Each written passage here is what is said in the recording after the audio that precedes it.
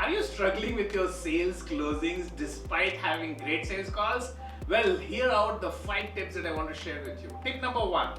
Always remember to part close after explaining every benefit to the customer. 3 to 4 part closings will lead to a final close. Tip number 2. Always ensure that you explain the financial benefit to the customer, because just benefits or features doesn't impress the customer.